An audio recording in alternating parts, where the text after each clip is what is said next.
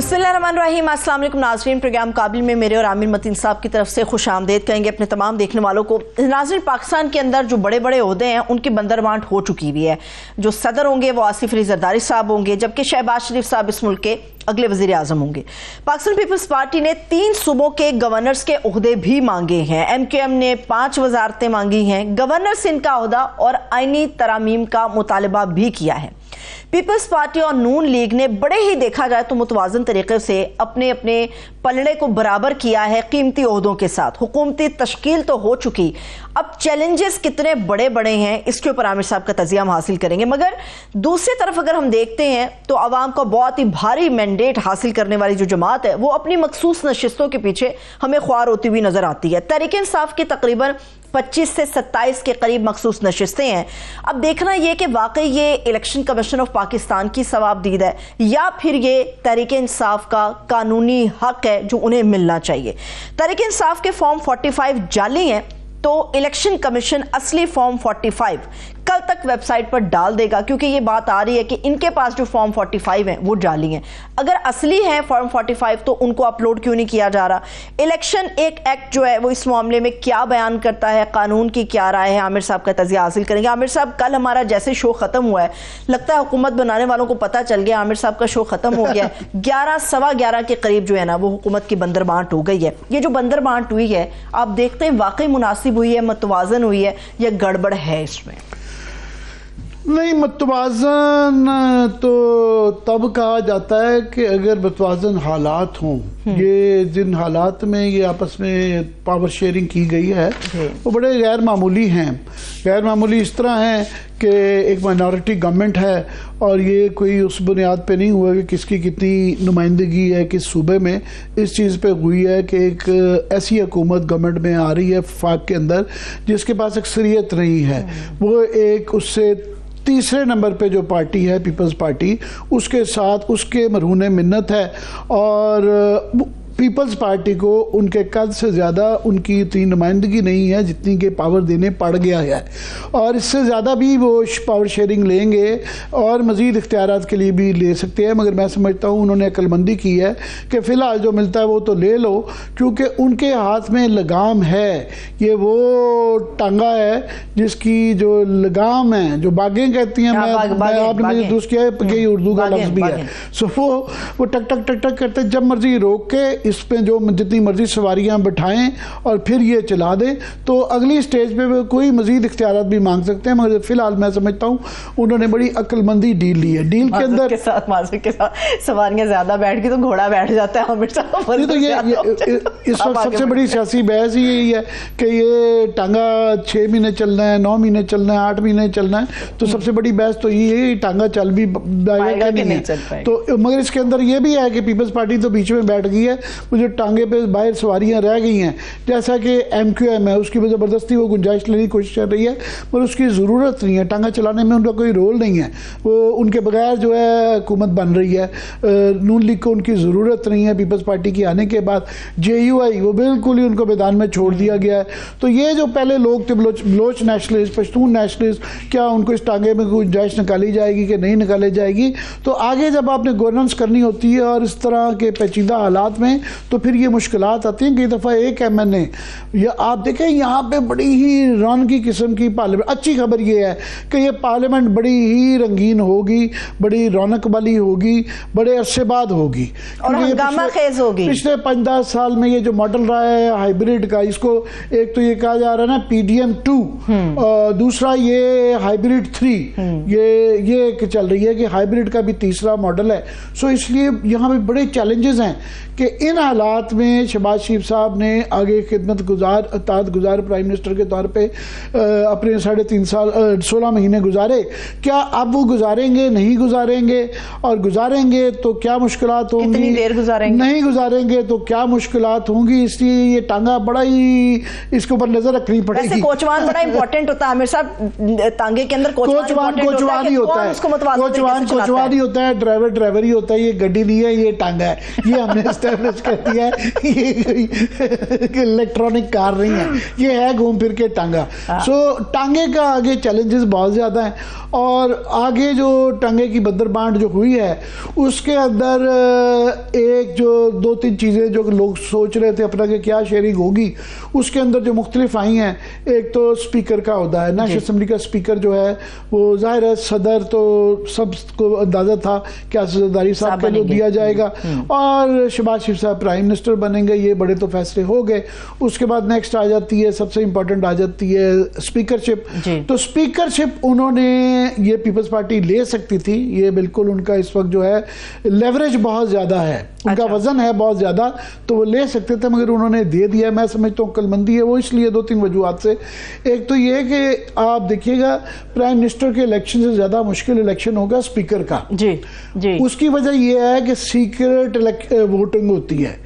Prime minister के election में सबने हाथ खड़े करके वोट देने हैं, ओपन बैलेट होता है, सबका पता होगा किसने वोट दिया, किसने कोई हिल नहीं सकता। स्पीकर का इलेक्शन जो होता है वो बड़ा एक तो क्रिटिकल होता है कि उसके अंदर सीक्रेट बैलेट होता है, पता नहीं है कौन किसको वोट डाल जाए।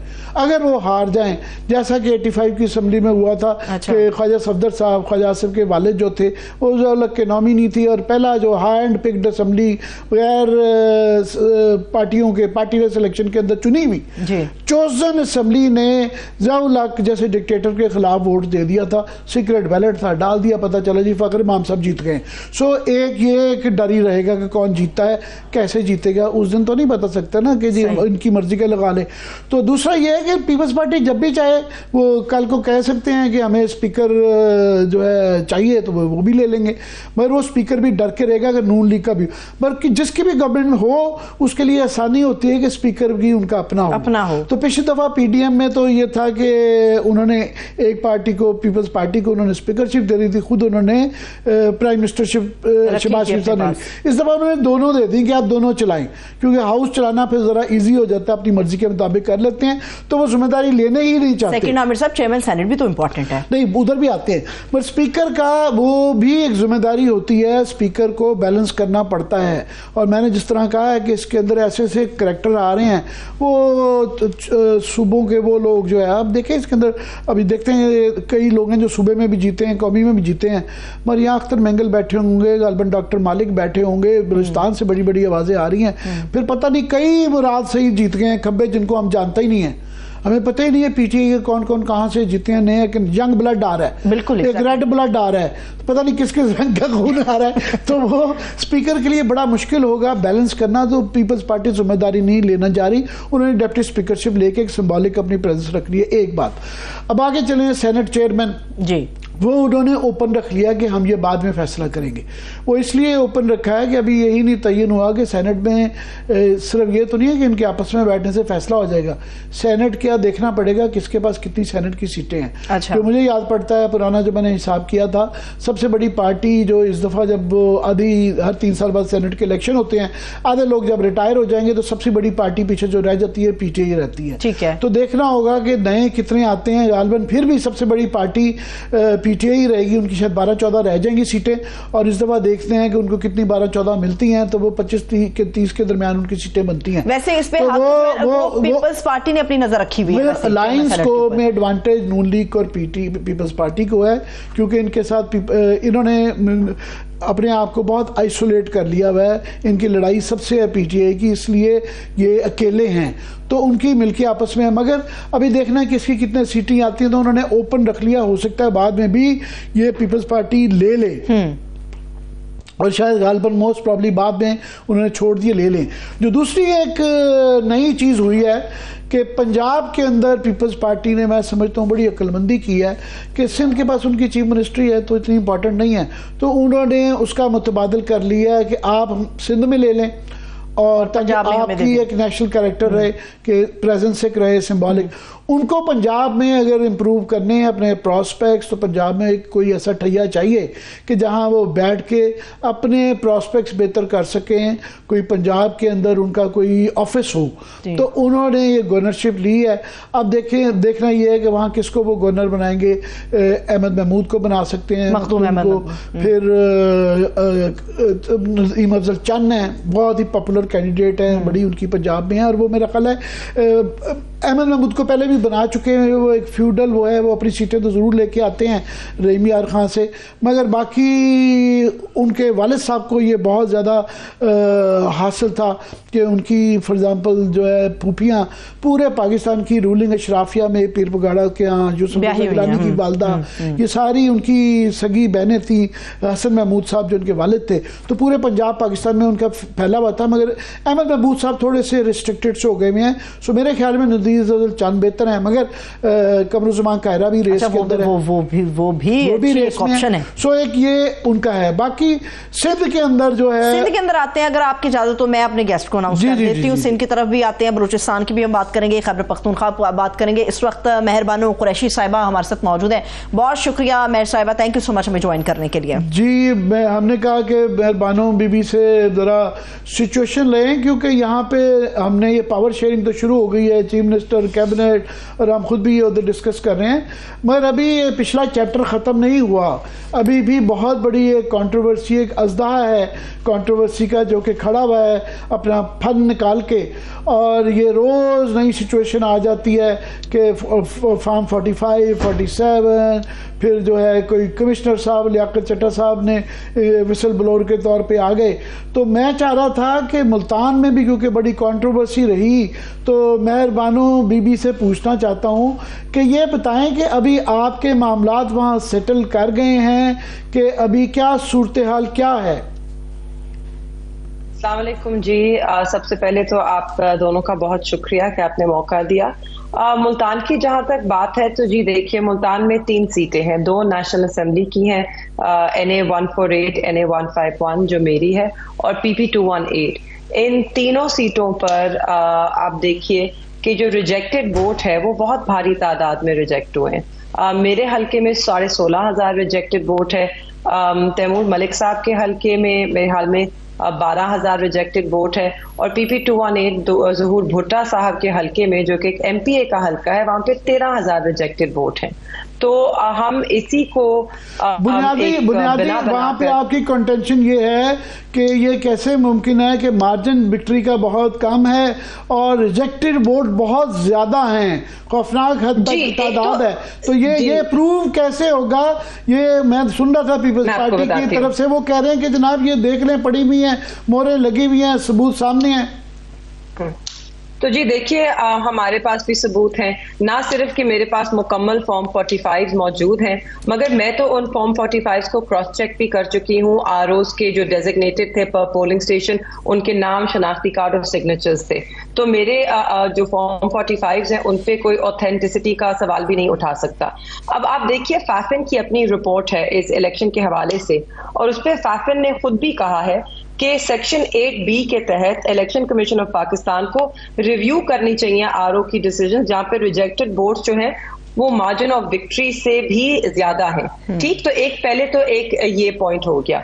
दूसरा पॉइंट है कि ECP को जहां पर मुतनाज़ा है हल्के, वहां पर रिकाउंट ऑर्डर करना चाहिए है टू गेन ग्रेटर ट्रस्ट, क्योंकि इस वक्त फैफिन भी सवालिया निशान उठा रहा है इस बात पर कि जो ट्रांसपेरेंसी है वो पोलिंग डे पे जरूर मौजूद थी, मगर ट्रांसपेरेंसी को कुर्बान किया गया RO साहब के दफ्तरों में। और ये फैफिन की रिपोर्ट है, ये मेरे अल्फाज नहीं है, ये फैफिन के अल्फाज हैं। उसके बाद जो एक और बहुत ही परेशान कौन चीज है कि इलेक्शन कमीशन ऑफ पाकिस्तान ने फॉर्म 47 तो अपलोड कर दिए, मगर आज दिन तक वो फॉर्म 45 उन्होंने अपलोड नहीं किए अपनी वेबसाइट पर। और चौथा नुक्ता, ये फैफिन भी कह रही है, UN मॉनिटर्स भी कह रहे हैं, जितने इंटरनेशनल ऑब्जर्वर्स प्रेजेंट थे, और ये इलेक्शन एक्ट 2017 के अंदर एक रिक्वायरमेंट है कि उनका मौजूद होना जब वोट कंसोलिडेट हो रहा था बहुत अहम था। और ये भी एक नुक्ता है इन्हीं रूल्स के तहत कि वहां पर कैंडिडेट का होना या कैंडिडेट के एजेंट का होना लाजमी होता है। ये सब जो है तकाजे पूरे नहीं किए गए, और इसके बाद एक मुतनाज़ा रिजल्ट आया है, जो फॉर्म 45 और 47 के बीच में बहुत बड़ा तजाद भी इसी वजह से है। तो शफाफियत पे बहुत बड़ा सवालिया निशान है। लेवल प्लेइंग फील्ड पे तो पहले ही सवालिया निशान था। तो इस वक्त हमारा मानना तो यही है कि इलेक्शन कमीशन नाकाम रही है एक मुंसिफाना और एक शफाफ इलेक्शन करवाने में। तो बेहतर तो यही होगा, और अपनी साख बचाने के लिए अब वो जो हमारी appeals election commission of Pakistan के पास है उनको स्पीडी तरीके से टेक अप करें और उनमें इंसाफ करें। और अगर ये इंसाफ होता है तो इस वक्त ये जो अक़लियती हुकूमत बनने जा रही है एक मफलूज पार्लियामान में, वो नहीं बन पाएगी, क्योंकि अक्सरियत सीटों की ना सिर्फ पाकिस्तान तहरीक इंसाफ के पास है, मगर इंसाफ हो तो पाकिस्तान तहरीक इंसाफ के पास मुकम्मल नंबर है हुकूमत बनाने का। जी, ये जो आपने जो वजूहात तीन बड़ी प्रोमिनेंट किस्म की बताई हैं, एक ये कि जहाँ पे रिजेक्टेड वोट ज़्यादा हो मार्जिन से वहाँ रिव्यू होना चाहिए, रीकाउंटिंग होनी चाहिए, और फिर के 45 फॉर्म जो है वो अपलोड नहीं किया गया, 47 कर दिया गया है। ये आपकी कहानी नहीं है, ये बहुत ज़्यादा 70-80 सीटों की ये कहानी है। बिल्कुल। मगर यहाँ पे एक माजी देखते हुए इलेक्शन कमीशन का जो कॉन्डक्ट रहा अब से नहीं, पिछले 3, 4, 5, 6 माह से, तो ये आपको उम्मीद लगती है कि वहाँ से आपको इंसाफ मिले?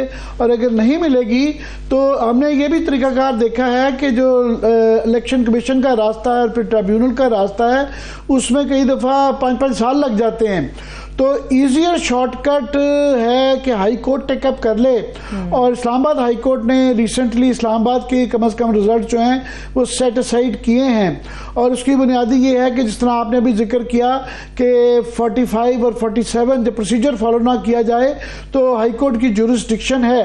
तो आपका मामला सिर्फ आप इलेक्शन कमीशन में टेकअप कर रहे हैं या हाई कोर्ट में भी लेके गए हैं? जी देखिए, जो मेरी अपील है, देखिए सलमान अकरम राजा साहब ऑलरेडी हाई कोर्ट में गए हुए हैं उनकी केस में, और इस्लामाबाद के जितने भी हमारे नुमाइंदे हैं उनके केस में इस्लामाबाद हाई कोर्ट ने उसको होल्ड किया है। जो नोटिफिकेशन है, this rule should apply to all seats. जहां तक मेरा केस है, मैं उसको अभी ACP में लेके गई हूं, मगर हमने सेक्शन 8 और सेक्शन 9 के नीचे फाइल किए है अपील। तो अगर हमें इलेक्शन कमीशन ऑफ पाकिस्तान से ना मिला इंसाफ तो हम ना सिर्फ हाई कोर्ट जाएंगे, अगर हाई कोर्ट से इंसाफ ना मिला तो हम सुप्रीम कोर्ट भी जाएंगे इसी अपील को लेकर। इसीलिए हमने सेक्शन 8 और सेक्शन 9 के नीचे फाइल किए हैं। तो मुझे उम्मीद इसलिए है क्योंकि देखिए, हम सब क्या चाहते हैं, हम सब एक मुस्तहकम जमहूरी पाकिस्तान चाहते हैं, और अगर हम ये सब चाहते हैं तो ये बेहतर तो तभी होगा जब हम जमहूरियत को मजबूत करें। और देखिए, जमहूरियत बंदर बांट से या इक्तदार के लिए किए गए फैसलों से ड्राइंग रूम्स में उससे मजबूत नहीं होती है। जब अवाम के मैंडेट पे डाका डलता है और उसके बाद कमरों में, बंद कमरों में बैठ के फैसले होते हैं कि कौन किस स्टेज पे बैठेगा, उसे जमहूरियत नहीं कहते। अगर हम जमहूरियत को मजबूत करना चाहते हैं तो हमें अपने सिस्टम में, अपने निज़ाम में शफाफियत लाना होगी। और ये और भी अहम हो गया है आज, क्योंकि आप देख रहे हैं हर महीने जो आपका यंग वोटर है वो आपके इलेक्टोरल रोल्स पे आता जा रहा है।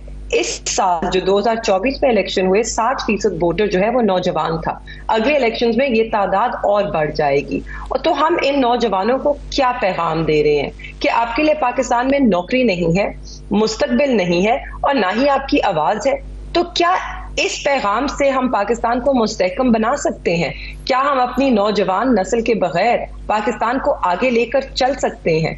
ये सवाल हम सबको, सियासी जमातों को और सारे इदारों को इस मुल्क के, ये सोचना होगा इस पे कि हम अपने मुल्क को कहाँ लेकर जाना चाहते हैं और किस किनारे लगाना चाहते हैं। बिल्कुल, ये सही फरमा रही हैं आप।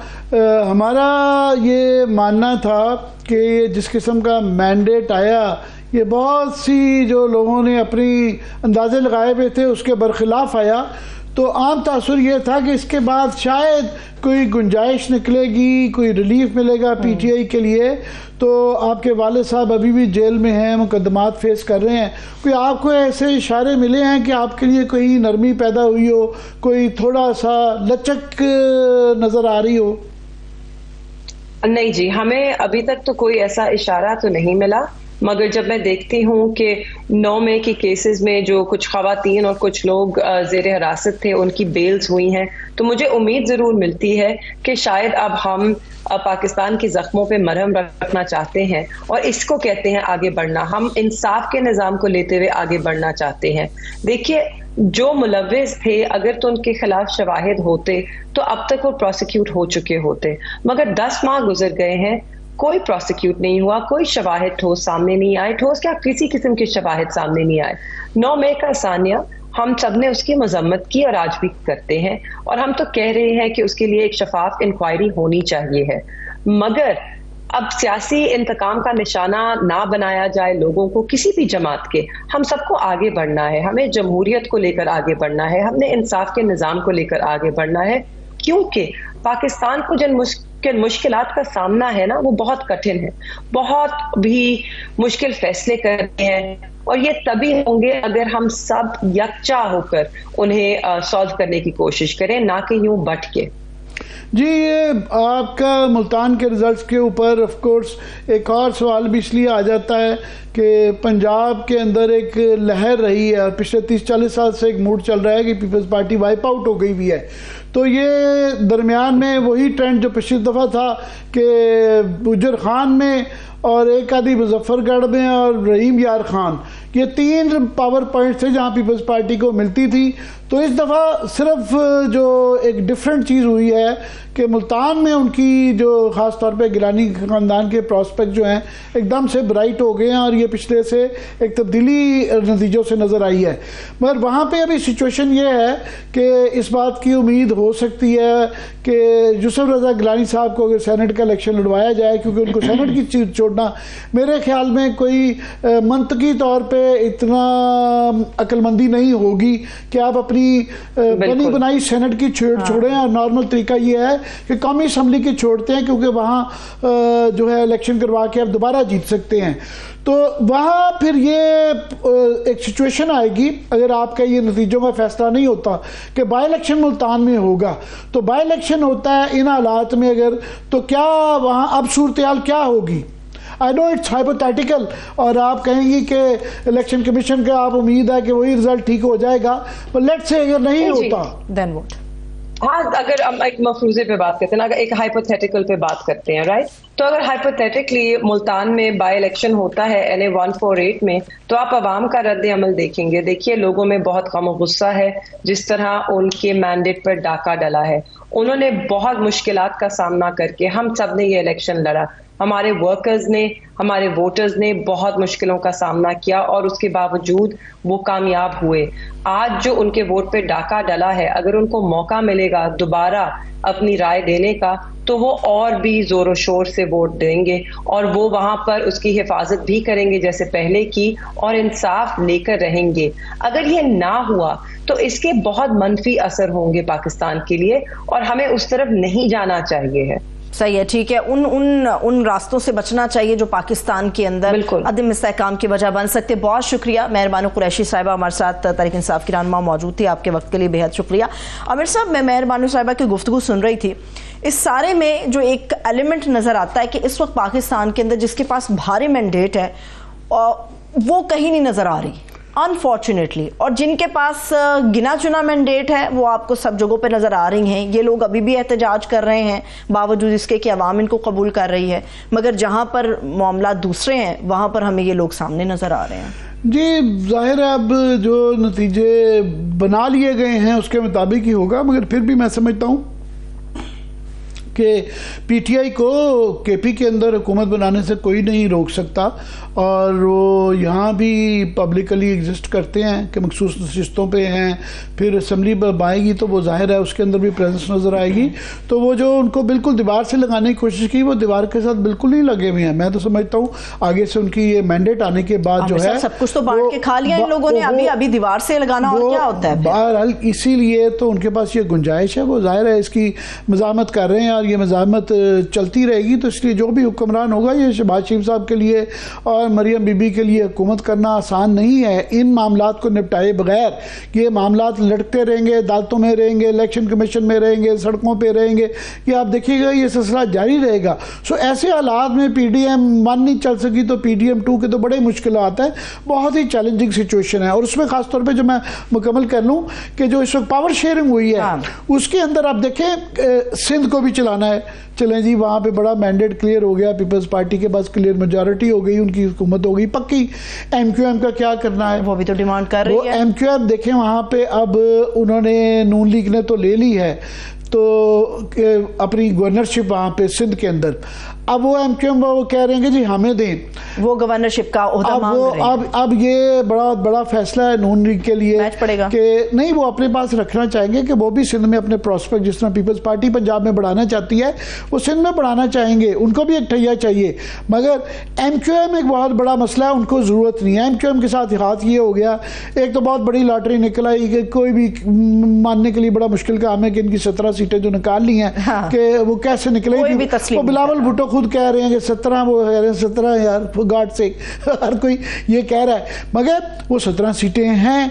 अब उनको सिंध पीपल्स पार्टी का कोई मूड नहीं है उनको शराकत देने की सिंध में, बिल्कुल ऐसे। वो अब कह रहे हैं जी इस वक्त आज बड़ी मज़ा खेज खबरें चल रही थी कि एमक्यूएम नहीं मान रही। ओ भाई, एमक्यूएम को ब्लैकमेल करने का कोई उनके पास लेवरेज ही नहीं है, नहीं बाकी बचा। तो ये नून लीग की मर्जी है कि नजरुल्लाह नियाज़ हुसैन वो कहें जी for the sake of this country की स्टेबिलिटी हो, ब्ला ब्ला, या कोई अच्छे तल्लुकात हों, या कहीं से इशारा है कि इनको गवर्नरशिप दे दी जाए तो शायद दे दी जाए, शायद ही आमिर साहब गवर्नरशिप नहीं छोड़ेगी। नून लीग की मर्जी है, वो वैसे क्यों अभी करेंगे, उनको जरूरत नहीं है।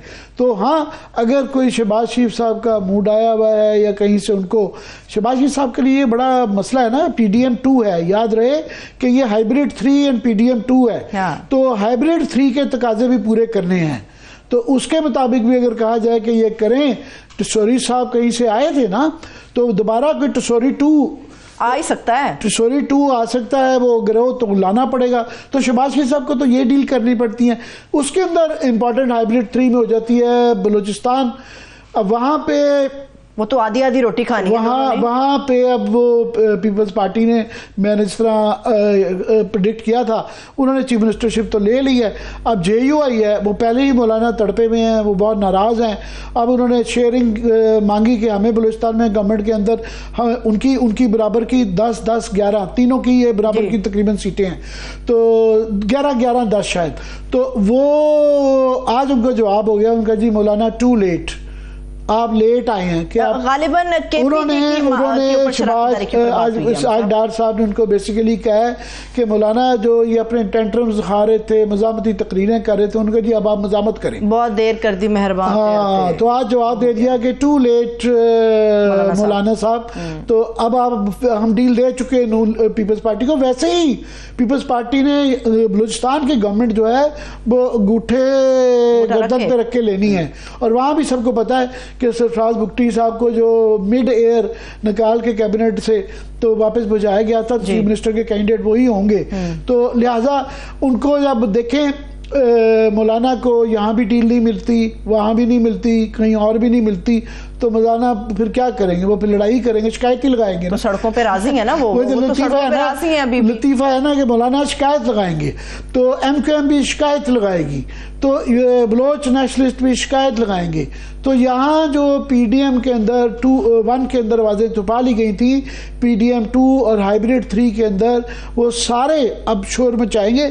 सो इन हालात में गवर्नमेंट चलाना जो है ये शहबाज शरीफ साहब के लिए बड़ा मुश्किल होगा कि, और सबसे ज़्यादा असूलों पे इस दफ़ा पीपल्स पार्टी खड़ी होगी। वो देखेंगे, उन्होंने पहले ही कहा कि आप हमारी मर्जी के खिलाफ और हमारे असूलों के खिलाफ आप कुछ नहीं जाएंगे, वो जब दिल करेगा असूल खड़ा कर लेंगे।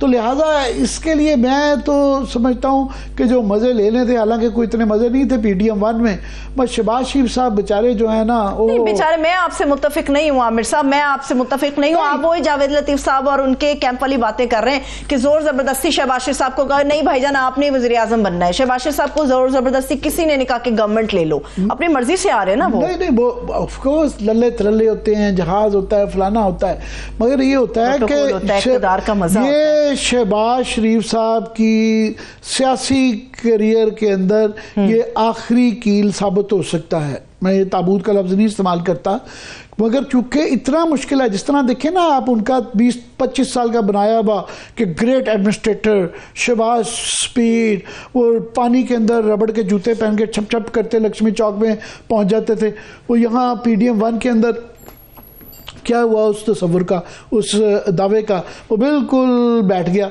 सो अभी जो है PDM2 में तो जो मुश्किलात नज़र आ रही हैं, सबसे बड़ी ये महंगाई देखें ना।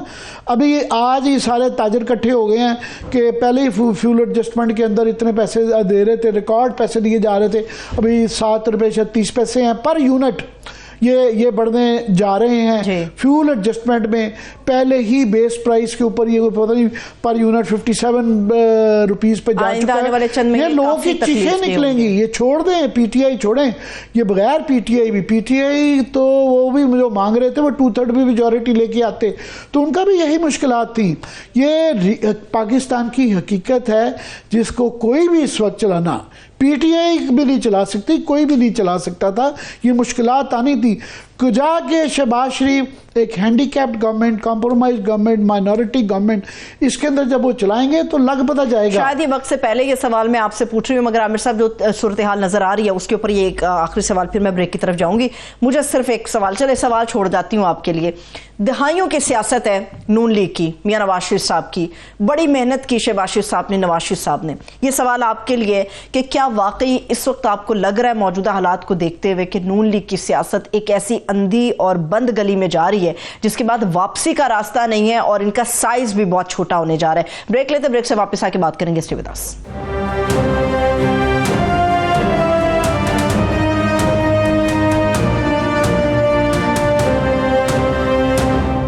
ब्रेक के बाद एक बार फिर से तमाम देखने वालों को खुश आमदेद कहेंगे। आमिर साहब, नून लीग की सियासत के ऊपर एक सवाल आपके लिए छोड़ा था, फिर मैं आगे बढ़ती हूँ, मैं चाहूंगी इसका जवाब आप मुझे दें। जी बिल्कुल, ये मैंने कहा, ये शहबाज शरीफ साहब ने आप बिल्कुल सही कह रही हैं, जानते बूझते हुए लिया है, क्योंकि एक इख्तियार का एक मजा ना कि 2 टाइम प्राइम मिनिस्टर कॉरिडोर में एक हमेशा के लिए तारीख के अंदर नाम लिखा जाता है तो कॉरिडोर में तस्वीर लग जाती है, तो वो एक एजाज तो होता है, तजस्सुस होता है, मैं वज़ीर आज़म बन जाऊं। मगर वो है कि हर इंसान का एक विजन ऑफ ग्रेटनेस होता है कि वो अपनी क्या लेगेसी छोड़ना चाहता है। वो सिर्फ उस कॉरिडोर के अंदर अपनी तस्वीर लगाना चाहता है कि वो चाहता है कि उस तस्वीर के ऊपर हार भी फूलों का पहनाया जाए, not in the Indian way, in the Muslim Pakistani way के हवाले से बात कर, एप्रिसिएशन का हार पहनाया जाता है। पर यहाँ वो प्रोस्पेक्ट्स नहीं लगते हैं क्योंकि बहुत मुश्किल हालात है। यही बहस चल रही है कि 3 महीने 6 महीने, क्योंकि मिनॉरिटी गवर्नमेंट है।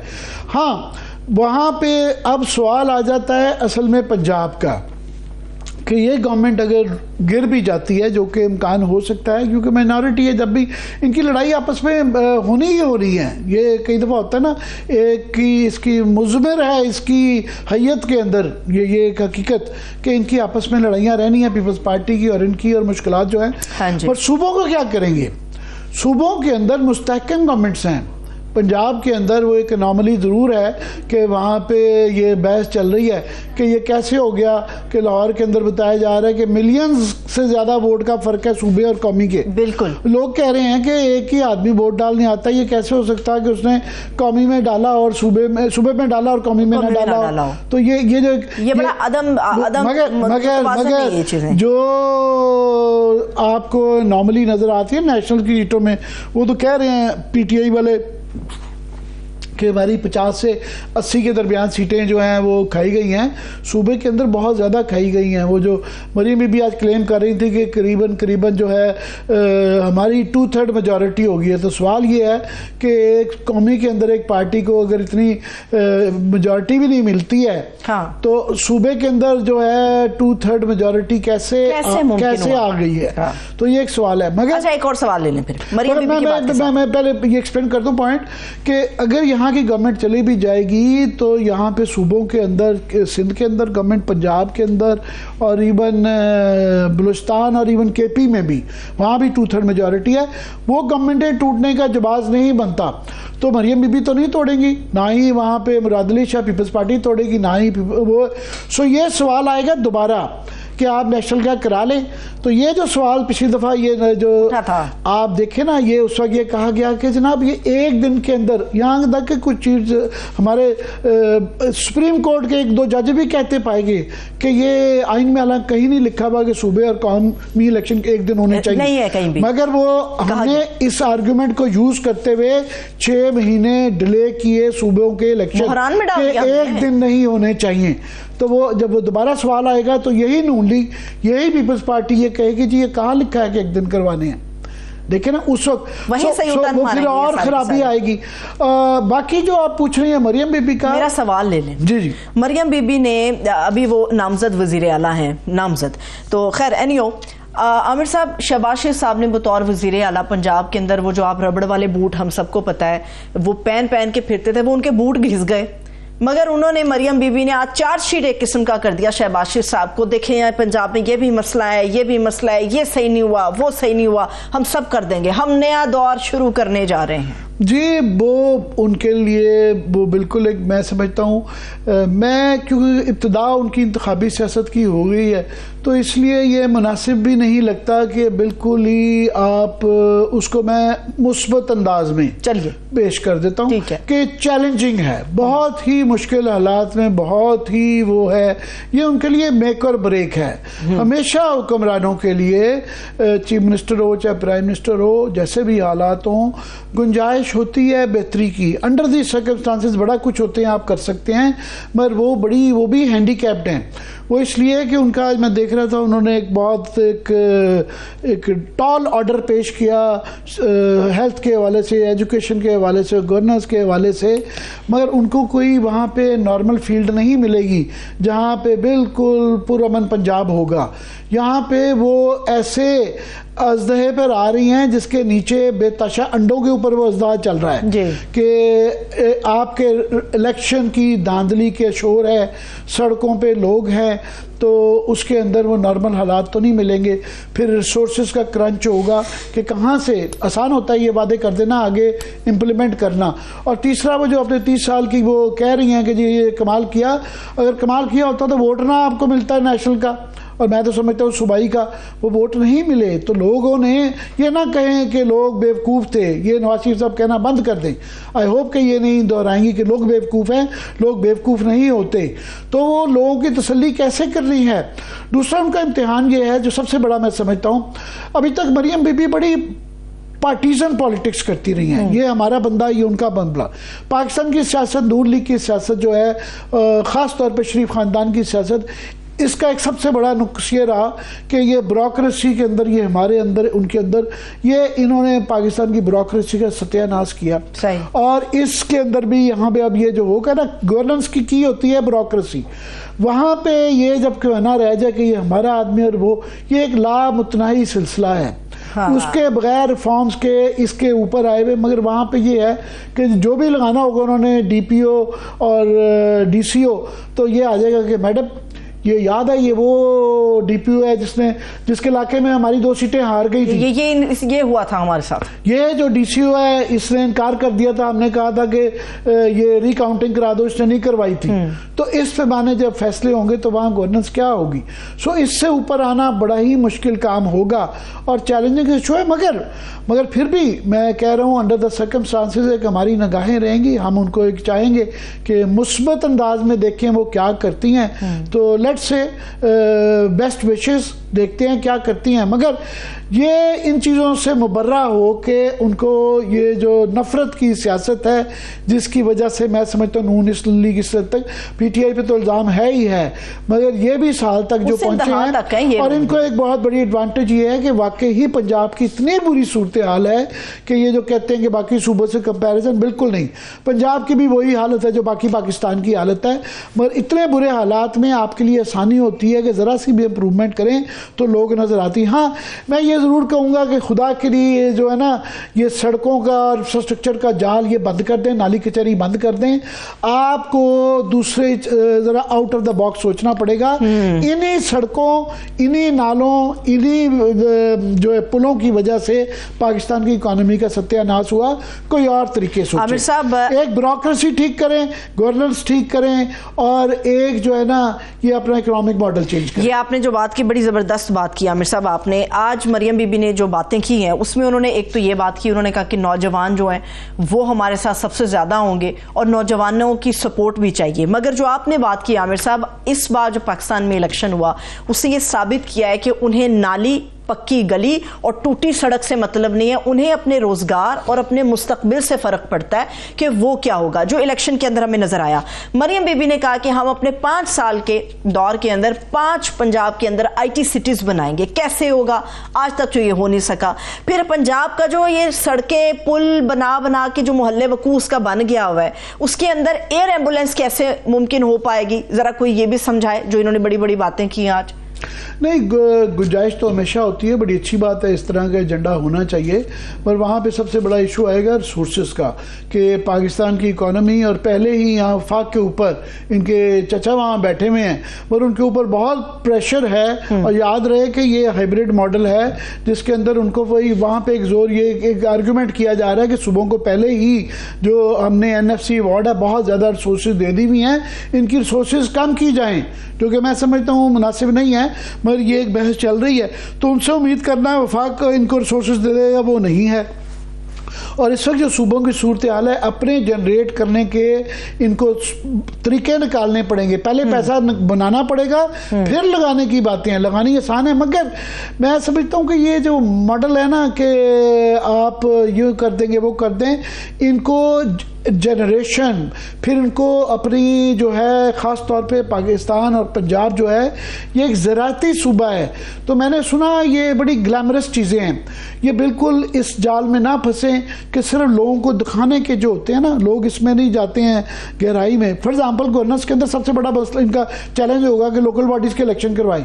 लोकल बॉडीज़ के बगैर, बल्दियात के बगैर दुनिया में कोई मॉडल नहीं है तरक्की का, वो वहाँ से शुरू होती है। उसके बाद फिर ये है कि आप ब्यूरोक्रेटिक रिफॉर्म वो करें, अदालती निज़ाम ठीक करें। अब ये वो चीज़ें हैं जो कि इम्पॉर्टेंट हैं, पर जब आप इस रेस में पड़ जाएंगे कि ऐसे प्रोजेक्ट लगाएं जिसको नज़र ज़्यादा आए, जिसका शोशा फीते काटना, तो ये शहबाज शरीफ मॉडल है। तो मैं कहूँगा कि ये कोई नया मॉडल सोचें, ये मॉडल पिट चुका हुआ है, ये नहीं चलेगा।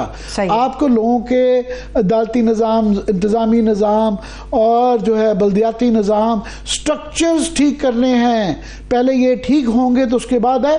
सो बहरहाल वो शुरुआत है, तो इसलिए मैं कोई ऐसे नकाइश भी नहीं निकालना चाहता। देख रहे हैं वो अगर पंजाब में बेहतरी करेंगी तो ये पाकिस्तान की बेहतरी होगी, पाकिस्तान की बेहतरी, आवाम की बेहतरी है। बिल्कुल, अभी एक ब्रेक ले लेते हैं, जब ब्रेक से वापस आएंगे गुफ्तगू का सिलसिला यहीं से हम आगे जोड़ेंगे। Stay with us.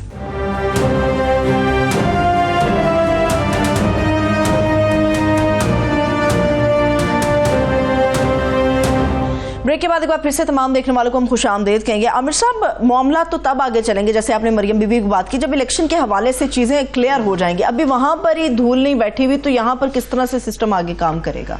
जी, ये आज मरियम बीबी वो बड़ी अच्छी बात है कि उन्होंने एक अपना विजन दिया कि पानी यूं ठीक करेंगे, हवा यूं ठीक करेंगे, हेल्थ में ये होगा, IT शहर, और ये बड़ी ये बातें।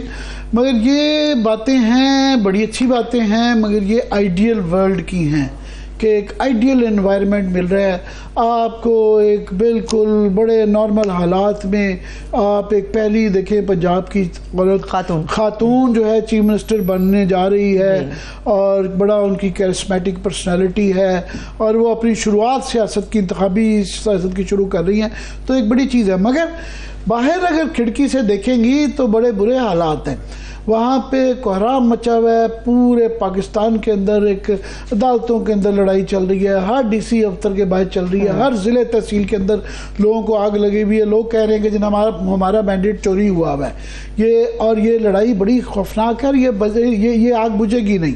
सो उसमें अंदर वो फायर फाइटिंग करेंगी या मुल्क को जन्नत बनाएंगी। हाँ। ये तो एजेंडा बाद में आता है, मगर पहले सबसे आपकी जिम्मेदारी हुक्मरान की होती है ऑर्डर के बाद की अगली तरक्की और डेवलपमेंट की बातें होती है। जब ऑर्डर से ही जान ना छुटे, और ये रिपोर्ट आएगी जी फलानी जगह जुलूस निकला हुआ है, फलानी जगह लोग इकट्ठे हुए हैं, सड़कों पर जो हाल हो रहा है हमारे सामने, और सड़कों पे जाएंगे। अभी ये लेटेस्ट, क्योंकि कोई भी इस मसले का हल नहीं निकाल रहा, और रोज एक बम फोड़ा था जाके चट्टा साहब ने, रोज इस तरह की फुलझड़ियां आ जाती हैं।